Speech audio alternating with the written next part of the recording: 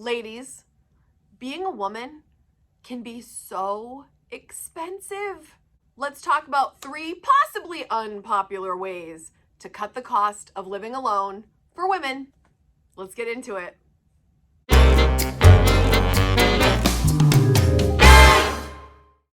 All right, here's the one that could be popular or really unpopular. But I need to share things that click in my brain that work for me, that might possibly work for you. Just hear me out, all right? This is the tip. You don't owe beauty to anyone. In other words, you don't have to blow your budget trying to get others to find you attractive. And I know that might be a really weird or strange kind of concept to think about, because I think we are taught as women that it's almost our duty to be as attractive as we can be. And I'm not saying go out of your way to be unattractive. What I'm saying is it's not our responsibility to make others find us attractive by spending all this money on things to get there. Here's an example of something in my life that used to be a beauty priority and no longer is, and kind of how I feel about it now. So I have been dyeing my hair for years and years and years and years. And I had come to think like this is just something I have to do because you can't have gray hair yet. You're too young. This is my responsibility to look a certain way. This is just kind of the way I was raised, right? So last December in 2023, my person that did my hair retired. She went on to a whole different job. And I never found another person to go to. I just kind of waited it out thinking like, I'll find somebody eventually. And then January was no spend January. And obviously I didn't get any hair done then. And then it was February, and then it was March, and then long story short, the whole year went by and I never saw the inside of a salon. And I honestly didn't think much about it. So this is my completely natural of what has grown out. You know, this is what I look like right now, that I have not had my hair done in over a year now. And I don't think about it anymore. But I used to think that I had to get my hair done. And honestly, the only one-time negative-ish thing, somebody in my life that I know and love saw me in the sunlight and made a comment like, ooh, starting to see your grays there, Kate. And in the past, I would have quickly been calculating, okay, when's my next appointment? Almost like I was trying to defend my reasoning for this short period of time that you could see my grays. Like I was apologetic in the past, right? I used to feel, I wrote a couple notes here. I used to feel like I had to reassure people that this is a priority of mine because it's assumed that coloring your hair properly is a female priority. I felt responsible for making people comfortable by not showing any signs of my aging. I felt responsible for that. Somehow, if I don't do what's expected, I'm neglecting my duty to prioritize beauty. Our duty for beauty. But think about what we spend money on as women that adds up. Okay? Subscriptions for beauty products. Some people get those boxes delivered every month. That's just an example. Injections of all types. Creams, lotions, potions, patches, shaving, waxing, laser, all the menstrual products we need, makeup, hair products, nail appointments, hair appointments. The list is endless. I encourage you to keep track of your female cost this year and see what that adds up to. I guarantee it will shock you, right? This is just my hair. But back to the story about my hair. When that person made the comment, normally I would be apologetic and be, oh, we'll have an appointment. And instead, they said what they said, and I looked up at them and I said, yeah. And I'm not saying I'll do it forever, but I'm saying right now, I'm comfortable with not prioritizing the duty of all the beauty things that I, in the past, felt responsible for keeping up. It is expensive to keep up with all of those things. Don't get my nails done right now. Getting your nails done is a commitment. It's a time commitment. It's a money commitment. There's nothing wrong with any of the things that I'm talking about, by the way. Don't think like if you're watching this like, oh, well, Kate says you shouldn't do. No, that's not what I'm saying. I'm not saying you shouldn't do any of these things. I want you to do what you want to do because it makes you feel a certain way, but not because it is your duty to be beautiful for everyone that lays eyes on you. Now, and some of you might be hating this tip, like, oh, we have to look the best we can all the time, and I get it. I get it. There's a lot of people with deep ingrained lessons that this is of the utmost importance. And it might be for some of you watching. And I'm not saying that you can't do that. You can.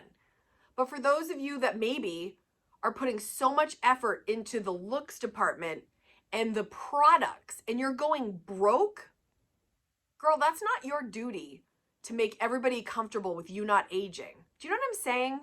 Does that make sense? Like, you do you, and if that is what you want to do, I'm all for what makes you feel amazing, but don't feel it is your duty. That's what I'm trying to say. You don't owe beauty to anyone. And of course, there's a lot of subjectivity when it comes to what beauty looks like, right? So my point of this whole tip is you don't owe beauty to anyone. If you have the money for the beauty that you're looking for and it works in your life, then great. But you don't owe it to anyone, and don't let people feel like you owe them a waxing. You owe them the perfect makeup. You owe them your hair to be soft as, you know, the softest thing you've ever touched. Like, don't feel that pressure to spend money, especially when you don't have it, for beauty that maybe you don't even find that to be beautiful. Do you know what I mean? There's a lot of pressure. And I just want to remind you, do what's in your budget and do what feels good to you. But don't blow your budget trying to impress people if that's not really how you want to be beautiful or how you want to be. Do you, boo? Do you? If you ever want me to talk more about that topic, I feel like I could do a complete video just on that alone, but I digress for now. Let's move on to number 2. Girl. Enjoy girl dinner. Have you heard of girl dinner? Listen, here are the key points. The term is often used humorously and is meant to be low pressure, convenient way to eat. Now, I don't know what phase of life you're in as you're watching this. You might be in retirement. You might be the person that just became single and you're used to cooking for your partner. You might be an empty nester now and you are used to cooking for a bigger family. You might be single, always have been, you already know girl dinner and you love it. But here are the ideas about the beauty of girl dinner. Minimal prep time, easy to assemble with readily available ingredients. Possibly colorful presentation, a visually appealing mix of textures and colors, like a charcuterie board. Balanced flavors, a combination of savory, sweet, salty elements. And flexibility can be customized to dietary needs and preferences. Depending on what phase of life you're in, you don't have to cook a roast every night. And that's another pressure I think that we feel sometimes as women. We have to cook. We have to be impressive in our cooking. And sometimes all we want is girl dinner. And that girl dinner might be avocado toast with everything bagel seasoning on it and a side of fruit. It could be the charcuterie board. It could be anything that is convenient. It's going to taste great for you. And it's what you actually want to eat instead of what you're obligated to make. You see the difference? There's nothing wrong with cooking your family a big, huge, wonderful, amazing dinner. But if you're trying to cut the cost of living alone as a woman, right? You don't have to put out a pork roast.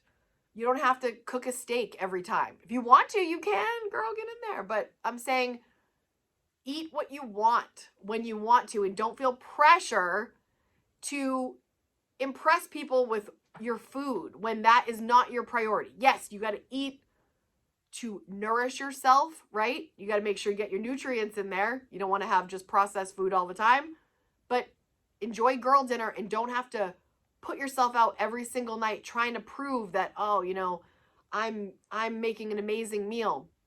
If that's what floats your boat, then do it. But don't feel pressure and don't feel the financial stress of putting out these big meals when you just want avocado toast. Number 3, girl, say no. Say no. I feel, again, like we're taught to be good girls growing up. We're taught to be agreeable, and we go out of our way to make others be comfortable. And sometimes that includes saying yes to things that we don't want to do. We don't want to go to that concert. We don't want to go to that dinner. We don't want to spend that night at that friend's house with people we don't care about. And we're going to lose a night with somebody else that we care more about because we're trying to please others. We're trying to make everyone happy. Say no. Don't spend your money on things that you don't want to prioritize because we feel pressure to make others comfortable, to make others happy. You guys know I've been a people pleaser my entire life. This is new for me. But what ends up happening is, and I've shared this with you guys recently, is I say yes to so many things. I run myself into the ground. I get sick. Like, there's nothing worse than when you're not healthy because you couldn't say no. And you couldn't say, you know what? That sounds great, but I don't have it in my schedule right now. Can't do that. Thank you for asking. No. And when we're trying to cut the cost of living alone, when I'm talking about these 3 things, right? You don't owe beauty to anyone. Enjoy some girl dinner, and just in general, food that you want to eat and not feeling pressures of other people to buy things that you don't want to buy, or overbuy foods and then it sits in your refrigerator. And lastly, say no to things that don't get you excited because you're just spending money on things that don't matter. And if you've been following my channel for a little bit, you know that frugality is a beautiful thing. You're using your time, your money, your energy sparingly on the things that don't matter so that you can spend it on the things that do. Frugal living, budgeting, focus on saving money, a sprinkle of minimalism have all changed my life. And if you're watching this right now, I hope these 3 tips are helpful. And if there's anything you want me to elaborate more on, let me know for a future video, because I feel like I could talk about all of these endlessly, being a woman who lives on her own besides her amazing son. And I've just been at this for a long time, and I enjoy it. So I love talking about this topic. If you got any questions, please let me know down below. If you resonated with any of these 3 tips, please let me know the one that stood out the most. And I'll see you guys in the next video. If you like this one, I'll leave another one for you to watch right here next. Bye guys, have a great weekend.